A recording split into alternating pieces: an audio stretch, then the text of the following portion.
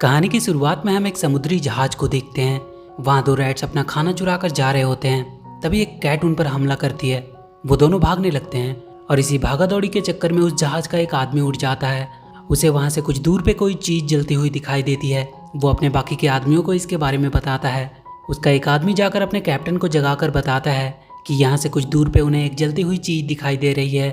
उनका कैप्टन अपने दूरबीन से देखता है। वहाँ एक घर में आग लगी हुई थी और वहीं एक आदमी भी लटका होता है और उसके आसपास कई जानवर भी होते हैं। वो जल्दी से अपने जहाज को वहाँ तक ले जाने को कहता है। आगे हम देखते हैं कि वो लोग उस लटके हुए आदमी के पास हैं जिसका नाम रॉबिन्सन था। वो लोग उसे उठाकर अपने साथ अपने जहाज में ले आते हैं। तभी वहाँ मैक नाम का एक पैरट आता है जो रॉबिन्सन का दोस्त था। रॉबिन्सन उसे उठाकर खिड़की के बाहर कर देता है ताकि वो लोग इसे कुछ नुकसान ना पहुँचा दे। बाहर आकर मैक को वो दोनों रैट्स मिलते हैं जिन्हें वो रॉबिन्सन की कहानी सुनाने लगता है। कुछ साल पहले की बात है। मैक अपने छोटे से आइलैंड पे रहा करता था। वो हर दिन यही सोचा करता था कि यहाँ इस आइलैंड के बाहर भी एक दुनिया होगी और वो एक दिन जरूर वहाँ जाएगा। पर वहाँ उसके बाकी के दोस्तों को उसकी ये बातें बकवास लगती थी। उसके बाकी के दोस्त में थे रोजी, किकी, एपी, कार्मेलो, स्क्रबी और पैंगो। वो दिन भर अपना खाना ढूंढते और मजे करते थे। उस दिन मैक को समुद्र के किनारे एक अंगूठी मिली थी जिसे वो उन्हें दिखाकर यकीन दिलाने की कोशिश कर रहा था कि ये यहाँ किसी बाहरी दुनिया से आया है। पर हमेशा की तरह कोई भी उसकी बातों पे भरोसा नहीं करता है। आगे हम रॉबिन्सन को देखते हैं जो एक जहाज से कहीं जा रहा होता है। पर उसका ये शायद पहला सफ़र था इसलिए उसे वहाँ बहुत उल्टियाँ हो रही थी। उसके साथ उसका डॉग टाइगर भी होता है। वहीं शिप के बेसमेंट में दो कैट्स रहते थे जो ऊपर आकर वहाँ के चिकन्स को अपना शिकार बनाने की कोशिश कर रहे थे। तभी टाइगर आकर उसे भगाने लगता है और रॉबिन्सन उसे पकड़कर वापस से बेसमेंट में फेंक देता है। कुछ देर बाद एक बड़ा तूफान आने लगता है। उस आइलैंड के सारे जानवर अपने गुफा की ओर जाने लगते हैं। रॉबिन्सन भी तूफान की वजह से अपने जगह पे टिक नहीं पा रहा था। उसका जहाज बहुत तेजी से लहरों के साथ हिचकोले खा रहा था और तभी उस जहाज के ऊपर का एक हिस्सा टूटकर उसके ऊपर गिरने लगता है। वो अपने आप को और टाइगर को लेकर बेसमेंट में बंद हो जाता है और वो दोनों वहीं अटक जाते हैं जहाँ वो दोनों कैट्स भी होते हैं। रॉबिन्सन के बाकी के लोग एक छोटे से बोट पे बैठकर निकल जाते हैं और वो अपने डॉग के साथ वहीं जहाज के बेसमेंट में फंसा रह जाता है। इधर वो सारे जानवर अपनी गुफा में सो रहे होते हैं। तभी उन्हें अपने आइलैंड के पास एक बहुत जोर की आवाज़ सुनाई देती है पर अंधेरा होने की वजह से उन्हें कुछ दिखाई नहीं दे रहा था। सुबह होते ही वो सारे किनारे पे तलाश करने लगते हैं कि तूफान में क्या क्या बहकर आया है। तभी उन्हें वहाँ किनारे पे एक बड़ा सा शिप दिखाई देता है। सब सोचने लगते हैं कि ये क्या चीज़ है। मैक जाकर देखने लगता है कि ये क्या है। वो खुश हो जाता है क्योंकि उसे लगता है कि यहाँ से बाहर वाकई में कोई और दुनिया है। तभी उसे उस शिप से टाइगर और रॉबिन्सन बाहर आते हुए दिखाई देते हैं। मैक और सारे जानवर उन्हें देखकर बुरी तरह डर जाते हैं। वो सारे जानवर उसे एक दानव समझ रहे थे जो उन्हें खाने के लिए यहाँ आया है। रॉबिन्सन टाइगर को लेकर किसी तरह उस आइलैंड तक पहुँचता है। इतने दिनों बाद ज़मीन को वापस से देखकर वो काफ़ी खुश हो जाता है। वो सारे जानवर उससे बहुत डरे हुए थे। वो लोग किसी तरह भी उसे वहाँ से भगाने का आइडिया सोचने लगते हैं और फिर वो सारे मिलकर वहाँ बहुत शोर मचाने लगते हैं जिसे सुनकर रॉबिन्सन बहुत डर जाता है। उसे लगता है कि यहाँ आदमखोर रहते हैं। वो टाइगर को लेकर वापस जाने लगता है पर पानी की तेज लहरों की वजह से वो दोनों वापस से आइलैंड पे ही आ जाते हैं। मैक अपने बाकी के दोस्तों से कहता है कि वो लोग उससे छुपे रहें, तब तक वो उस पर नज़र बनाए रखेगा और पता करेगा कि वो यहाँ क्यों आया है। रात में रॉबिन्सन डॉग के साथ वहीं अपने टूटे जहाज पे बैठा था और मैक ऊपर से उस पर नज़र रख रहा होता है। तभी उसे वहाँ किसी के आने की आवाज़ सुनाई देती है। वो बहुत डरने लगता है। उसे लगता है कि आदमखोर उसे खाने के लिए आ रहे हैं।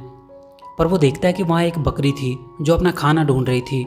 वो समझ जाता है कि वो बेकार में ही इतना डर रहा था, यहाँ कोई आदमखोर नहीं रहते। और तभी वो मैक को भी देखता है। अब वो थोड़ा रिलैक्स होता है कि उसे यहाँ कोई खतरा नहीं है। अगली सुबह रॉबिन्सन अपने जहाज से जो कुछ भी सामान था उसे उतारने लगता है ताकि पानी उसे बहाकर ना ले जाए। वो सारे जानवर उसके इस हरकत को अभी भी समझ नहीं पा रहे थे कि वो करना क्या चाह रहा है। इधर वो दोनों कैट्स भी उसी आइलैंड पे थे और वो वहाँ ऊपर से उन जानवरों पे नज़र रखे हुए थे कि कब मौका देखकर उनमें से किसी एक को वो अपना शिकार बना सके।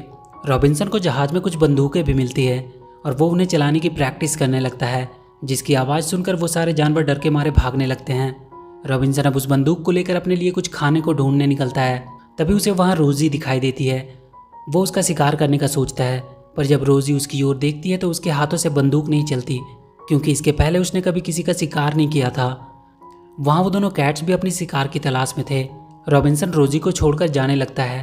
तभी वहाँ मैक आता है और वो देखता है कि रोजी अपना खाना ऐसे ही छोड़कर भाग गई है। तभी एक कैट झपट कर उसे पकड़ लेती है और उसे वो खाने वाले होते हैं कि टाइगर उन कैट्स पे हमला कर देता है और इसी में मैक का एक पंख घायल हो जाता है। तभी रॉबिन्सन वहाँ आता है और उनकी तरफ बंदूक से फायर करता है। वो दोनों कैट्स वहाँ से भाग जाते हैं। रॉबिन्सन घायल मैक को उठाकर अपने साथ ले आता है ताकि वो उसकी मरहम पट्टी कर सके। रोजी अपने बाकी के दोस्तों को लेकर उस जगह आती है और उन्हें वहाँ मैक के कुछ पंख मिलते हैं। वो समझ जाते हैं कि उस आदमी ने मैक को मार दिया है। तभी उनके पास वो दोनों कैट्स आती है और उन्हें बताते हैं कि वो आदमी बहुत बुरा है। उसने उन दोनों को बहुत दिनों तक बंद करके रखा और उसने मैक को भी मार दिया। वो दोनों उन जानवरों को उसके खिलाफ भड़काने लगते हैं और उसे यहाँ से भगाने को कहने लगते हैं। सारे जानवर डिसाइड करते हैं कि वो उस आदमी को यहाँ के पास वाले टापू पे भगा देंगे जहाँ सिर्फ कीड़े मकोड़े रहते हैं। इधर रॉबिन्सन मैक के पंख को थोड़ा सही कर देता है और उसे वहीं कुछ दिन ठीक होने के लिए रख लेता है। मैक वहाँ टाइगर को देखकर काफ़ी डर जाता है, पर टाइगर उससे कहता है कि उसे उससे डरने की कोई ज़रूरत नहीं है क्योंकि वो लोग उसे कोई नुकसान नहीं पहुँचाएंगे। वो दोनों कैट्स उन जानवरों को थोड़ा डरावना बना देते हैं ताकि उन्हें देखकर रॉबिन्सन डर के मारे ही भाग जाए। वो दोनों कैट्स उस जहाज पे मैक को मारने जाते हैं और बाकी के सारे जानवर नीचे रॉबिन्सन पे हमला करके उसे मारने लगते हैं। वो दोनों कैट्स मैक पे झपटते हैं। टाइगर उन्हें उनसे बचाने की कोशिश करता है, पर वहाँ जल रहे कैंडल के गिरने से आग लगने लगती है और तभी एक बड़े से रैक के गिरने से टाइगर उसके अंदर दब जाता है। अब पूरे जहाज में आग लग जाती है। मैक तो वहाँ से बाहर निकलकर बच जाता है, पर टाइगर उसी में मारा जाता है। वो दोनों कैट्स किसी तरह बचते हुए किनारे तक पहुँचते हैं, पर वो दोनों इस बार वहाँ के बगल वाले टापू में आ गए थे जहाँ सिर्फ कीड़े मकोड़े थे। रॉबिन्सन टाइगर की गम में था, तभी मैक उसके पास जाता है। अब वो दोनों में काफ़ी अच्छी दोस्ती हो गई थी। मैक अपने बाकी सभी दोस्तों को भी बता देता है कि ये आदमी बुरा नहीं है, बल्कि वो दोनों कैट्स की यह सारी गलती है जिनकी वजह से वो घायल हुआ और टाइगर भी उसे बचाने के चक्कर में मारा गया। सारे जानवर भी अपने आप पे शर्मिंदा थे कि उन्होंने उन कैट्स की बातों में आकर उस अच्छे आदमी पे हमला किया। वो सारे रॉबिन्सन के पास पहुंचते हैं। वो अपने साथ कुछ फ्रूट्स भी लेकर जाते हैं। अगले दिन रॉबिन्सन के पास पीने का पानी भी खत्म हो चुका था और तब मैक उसे लेकर एक जगह पे जाता है जहाँ बहुत सारा पानी था पीने के लिए। वो उसे लेकर बाकी के जानवरों के पास भी जाता है। रॉबिन्सन भागकर वापस जाता है और अपने साथ लाया हुआ कुछ बिस्किट्स उन्हें खाने को देता है जो उन्हें काफ़ी पसंद आती है। धीरे धीरे उन सब में दोस्ती हो रही थी। रॉबिन्सन अपने रहने के लिए वहाँ एक पेड़ के ऊपर अपना घर बनाने लगता है। सारे जानवर उसे पागल समझ रहे थे कि पता नहीं क्यों ये पेड़ को काटे जा रहा है। उसे अकेले घर बनाने में काफ़ी दिक्कत हो रही थी क्योंकि बाकी के जानवरों को समझ में नहीं आ रहा था कि वो करना क्या चाह रहा है और वो ना चाहते हुए भी उसके काम में बाधा बने हुए थे। तब एक दिन मैक को समझ आता है कि ये इंसान अपने लिए एक घोंसला बनाने की कोशिश कर रहा है और वो ये बात अपने दोस्तों को बताता है कि वो अपने रहने के लिए एक इंसानी घोंसला बना रहा है और उन्हें उनकी मदद करनी चाहिए। सारे जानवर मिलकर उसकी मदद करने लगते हैं और बहुत जल्द उनका घर बनकर तैयार हो जाता है। उसने उस घर में पानी का भी इंतजाम किया हुआ था। वहाँ बाकी के जानवरों के रहने के लिए भी काफ़ी जगह थी। उन सब की लाइफ अब बहुत आसान हो चुकी थी। अब उन्हें अपने खाने पीने के लिए कोई भागदौड़ नहीं करनी पड़ती थी। सब खुशी खुशी रहने लगे थे। पर रॉबिन्सन कभी कभी बहुत उदास हो जाता था। उसने टापू के बगल में एक बड़ा सा टावर बनाया था जिसमें वो हर रात तेज रोशनी करता था ताकि कोई गुजरती हुई जहाज की उस पर नज़र पड़े और उसे वहाँ से लेकर अपने घर जाए। इधर उस टापू पे उस कैट ने अपने बहुत से बच्चों को जन्म दिया था और वो सब अब और भी ज़्यादा हो गए थे। वो हमेशा वापस से उस टापू पे जाने के बारे में सोचते रहते थे और एक दिन उस जहाज के टूटे हुए लकड़ियों का सहारा लेते हुए वो सारे कैट्स उस टापू पे पहुंच जाते हैं और वहाँ के जानवरों पे हमला कर देते हैं। रॉबिन्सन अपने बंदूक में बारूद भरने लगता है ताकि उन्हें भगा सके, पर उस पर बहुत से कैट्स हमला कर देते हैं जिससे उसकी बंदूक वहीं गिर जाती है और वो उनके एक हमले की वजह से नीचे गिरने वाला होता है। पर किसी तरह मैक उसकी तरफ एक रस्सी फेंकता है जिसके सहारे वो सही सलामत नीचे आ जाता है। पेंगो और ईपी भी उन कैट्स को वहाँ पानी आने वाले रास्ते से नीचे गिराने की कोशिश कर रहे थे। स्क्रबी और किकी वहीं ऊपर रूम में छुपे हुए थे और उन कैट्स को अंदर से ही मारने की कोशिश कर रहे थे और अपने आप को बचा रहे थे। रॉबिन्सन वापस अपने रूम में आने की कोशिश कर रहा था, पर रोजी की गलती से वो गिरकर बेहोश हो जाता है। सारे कैट्स उन्हें बाहर से घेर चुके थे। मैक उनसे रॉबिन्सन की बंदूक का इस्तेमाल करने को कहता है। स्क्रबी उन कैट्स को अंदर आने से रोकने की कोशिश कर रहा था, पर कुछ देर में ही सारे कैट्स अंदर पहुंच जाते हैं और तभी कार्मेलो अपनी लंबी जीप से उस बंदूक को चला देता है जो सीधा जाकर बारूद के एक बैग में लगती है और वहाँ एक धमाका होता है।